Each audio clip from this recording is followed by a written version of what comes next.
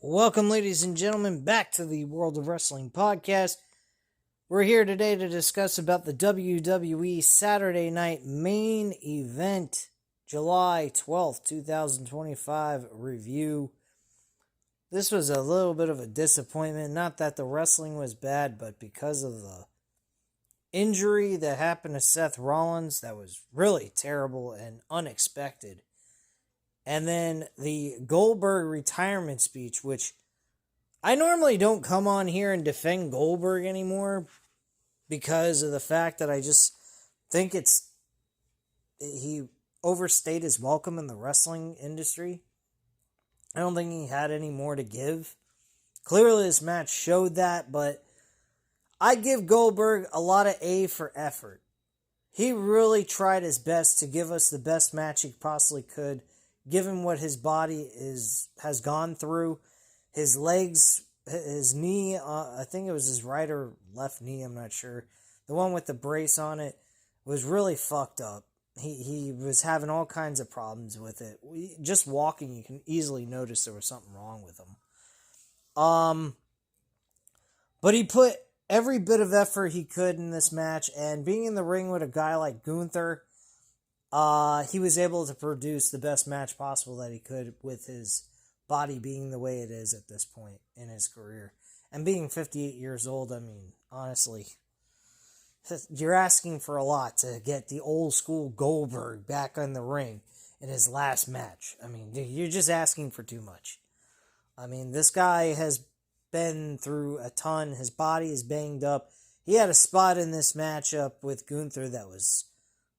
I was hoping he was okay. I thought maybe he gave himself another concussion like he did against The Undertaker and have that match turn into shit like, and possibly have the same thing happen here. Thankfully, that was not the case.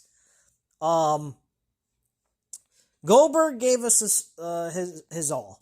I gotta give him credit. I think he did the best he could with what he had to work with with his body being the way it is. And working with Gunther helped that even more. I was really impressed with Goldberg. I hate the fact that they cut Goldberg off. I thought maybe on Peacock, rewatching it on Peacock in a replay, they would actually show what the audience didn't get to see on TV. That was not the case.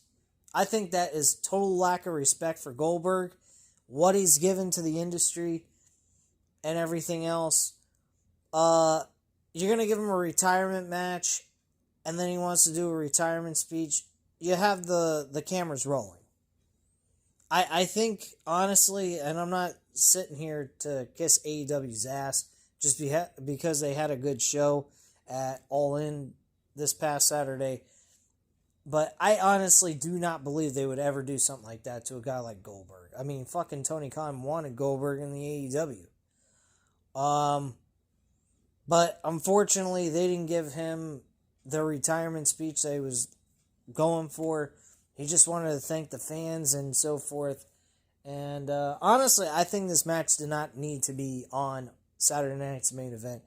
They should have put this on SummerSlam with Gunther and have Goldberg give his farewell speech, retirement speech, because this match went over well to me.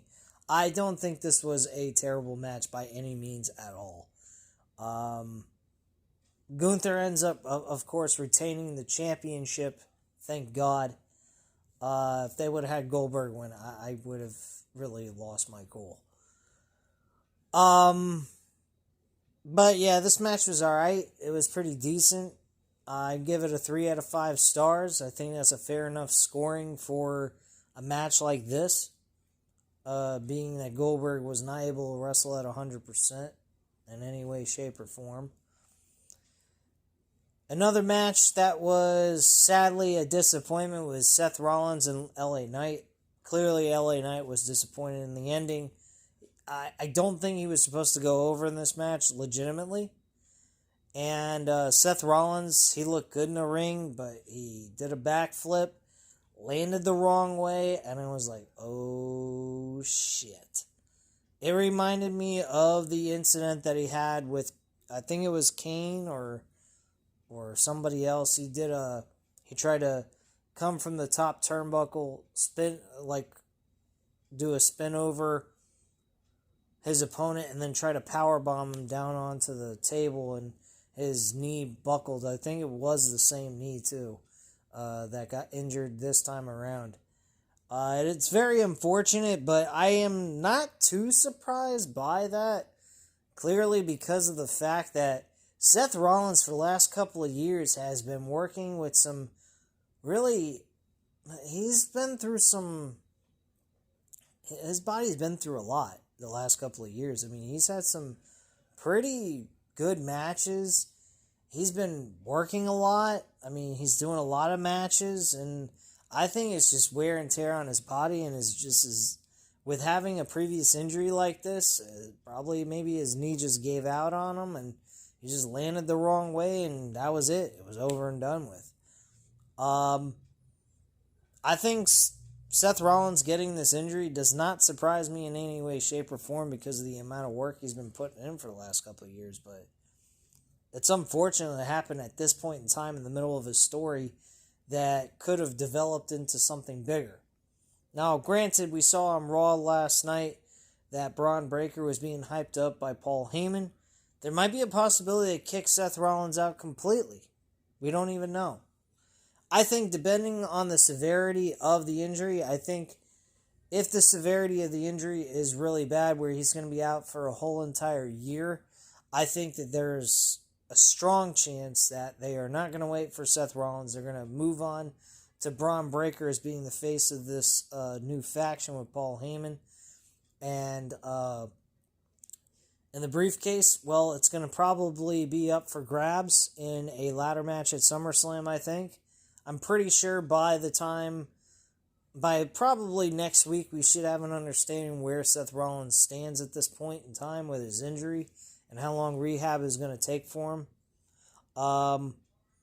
But I honestly see that if that happens, he's out for a whole year. Braun Breaker is going to be the leader of the group. The Money in the Bank briefcase probably going to go to Braun Breaker altogether. I actually thought maybe Braun Breaker was going to win that match last night in that gauntlet match, but it also had CM Punk in it, so I wouldn't have been surprised that Punk won, which he did. So yeah, I think it's very unfortunate though that Seth Rollins got this injury in the middle of a storyline that seemed promising and could have turned out to be really good if they would have just worked on evolving and enhancing the actual story that Seth was trying to tell with Paul Heyman and his group. But yeah, LA Knight won, and he was not too happy about the ending. It is what it is. What else? Solo Sikoa won his United States Championship, retained the title against Jimmy Uso. Nothing surprising there. Wasn't a bad match by any means. I thought it was fair. The Seth Rollins match, I'm going to give that a 3 out of 5 stars. This match with Solo and Jimmy, I'd say that was a 3 out of 5 stars too. And Randy Orton, Drew McIntyre, I thought that was pretty okay. I think that was a 3 out of 5 stars. And Randy Orton actually picks up the W here. Jelly Roll was involved. He had influence in this matchup. He had an altercation with, Logan Paul. And that distracted Drew McIntyre. Started yelling at Jelly Roll. And Randy Orton RKO'd him with his finisher and got the win. And walked away with the victory. But afterwards, Logan Paul went ahead and punched Randy Orton in the face. Jelly Roll got mad at Logan Paul for doing that. He got up in his face. He forearmed him pretty good in the face, knocked Logan Paul on his ass. And then he checked on Randy Orton, and then all of a sudden Drew McIntyre connected with a Claymore kick and knocked him out unconscious. Randy Orton was pretty disappointed and sad that happened. He apologized up and down to Jelly Roll about that. And the match was announced that Jelly Roll and Randy Orton would team together against Drew McIntyre and Logan Paul at SummerSlam. Not too keen on that, but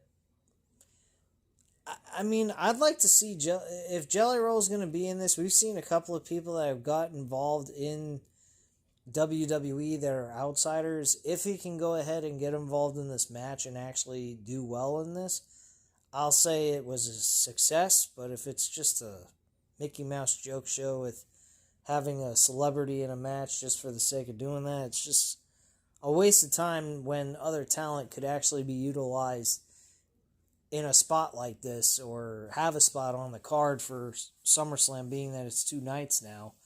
And just to shit can everybody and just worry about Jelly Roll, and he's not even a professional wrestler, I think kind of sucks.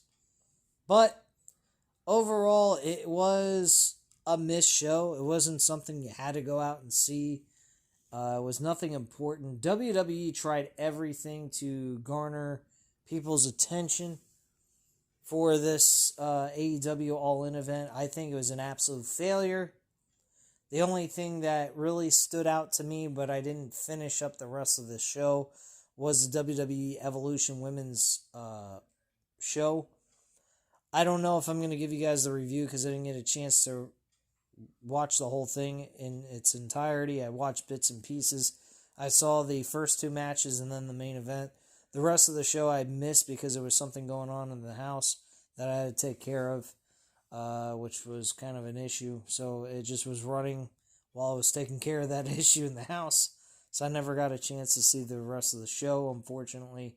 So, yeah, I don't know if I'm going to be able to cover it.